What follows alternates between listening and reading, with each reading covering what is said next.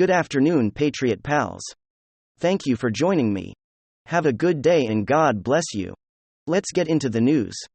As you know, Biden is in the middle of a turmoil of a scandal with his classified documents that he was not allowed to take away from the White House when he was vice president, which is a criminal act, by the way, because he doesn't have the clearance to be able to be classified anything.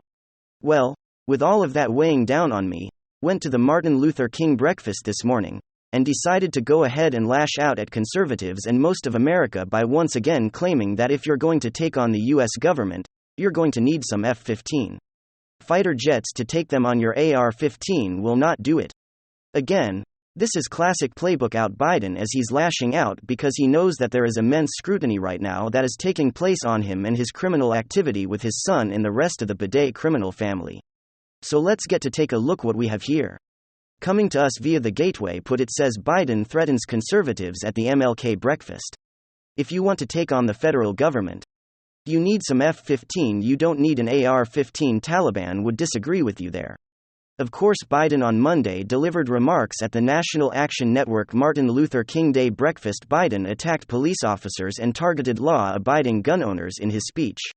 He says you have to retain cops. Why should you always shoot to deadly force? The fact is you need to use your weapon.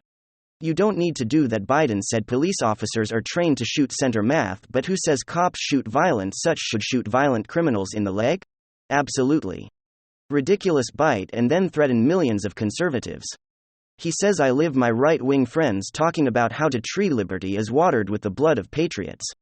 If you want to take on the federal government you need some F-15s, you don't need AR-15s. Biden said I'm serious. Think about it. He said if that's typically how Biden goes. In August, Biden went off script and threatened right-wing America. Did a speech in Pennsylvania. For those brave right-wing Americans.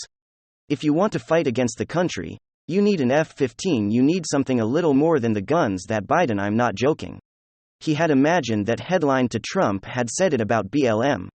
I think this is coming out of the fact that he is under immense scrutiny right now, him in the White House, and everything that has to do with the prying into his business dealings. And now it's been discovered that there is no visitor logs of Delaware residents, which means he has had lots of visitors who have not been accounted for. How many of those have been from China peddling foreign influence with Biden's name and paying him money, paying his son money? Or maybe they have something on him, blackmail, or whatever the documents he may have had in possession. He trade them off to the Chinese, they trade them off to Russia, they trade them off to Ukraine. Who knows, because we don't have that visitor log of who's there. Next thing and we will know, we'll be told, is that there is no security footage at the Biden residence. Of course there's not. Right, that is right, on the same playbook that they use for everything. But Biden is lashing out. He knows the Republicans in the House Representatives are going to be turning up the heat on him, and he does not like it whatsoever.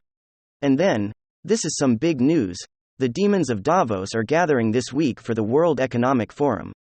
But they're quickly realizing that the world has other plans for them. We're going to see Vladimir Putin and Xi Jinping are actively remaking the world order in such a way as to crush any hopes that WTF has to be a major player on the globe.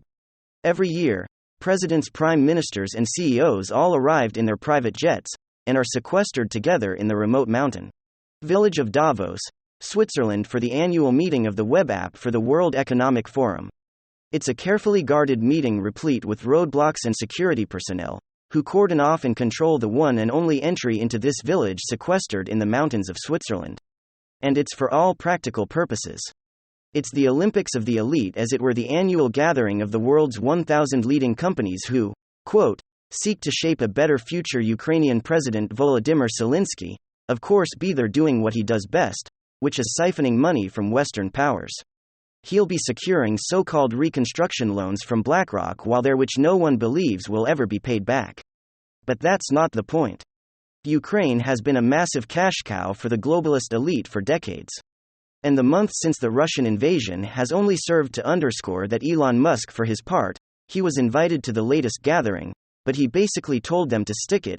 Musk must turn down the invitation in no uncertain terms. He in fact used, shall we say, some very colorful language dismissing the gathering as a total and complete waste of time. However, there have been a number of reports coming out of late recognizing that this is no ordinary meeting.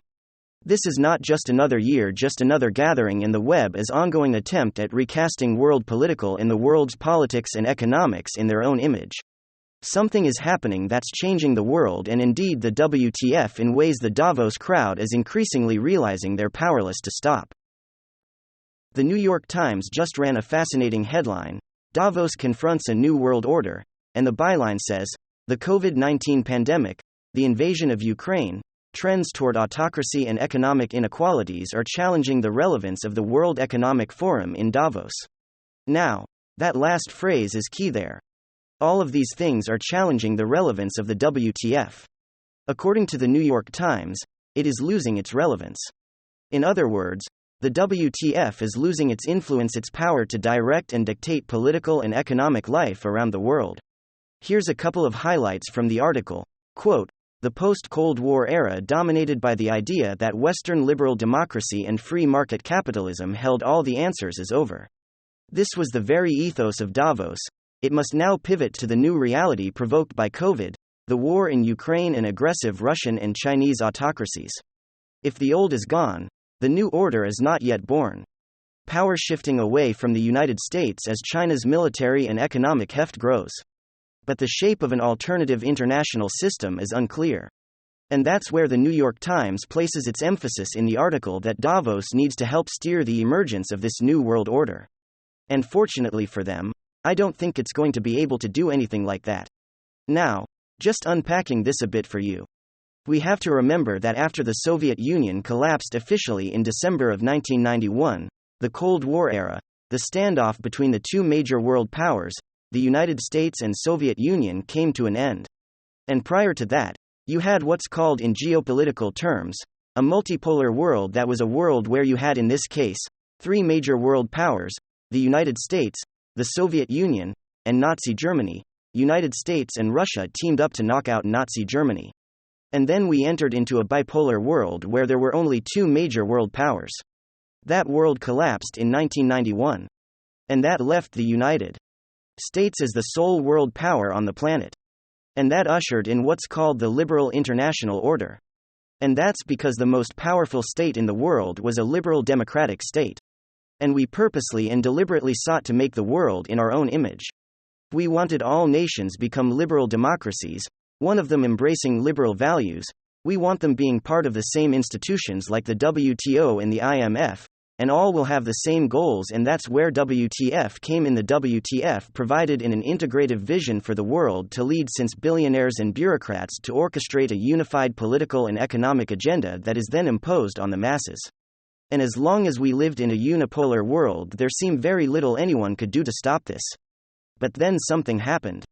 Something happened that is now undermining the whole of the WTF, and ironically, in the end, it's the WEF's own fault. China is fast rising into a major world power, and ironically, the adults at Davos only have themselves to blame. It was believed that by getting China, which was until just a few decades ago, an incredibly poor country, by getting them hooked on capitalism, making them rich in the process, they would reform their ways and become a liberal democratic ally, the United States and Western nations. Well, they certainly got rich, and now they're in the process of building a military second to none in size and scope.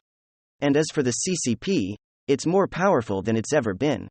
At the same time, Russia has actively decoupled itself from the West, creating its own parallel world, what scholars are increasingly calling a civilization state. Indeed, both Russia and China are actively engaged, reawakening their ancient imperial civilizational spheres together in such a way that is in turn reawakening a multipolar world, the unipolar world headed by the US. The very world that became the essence of Davos is officially dead.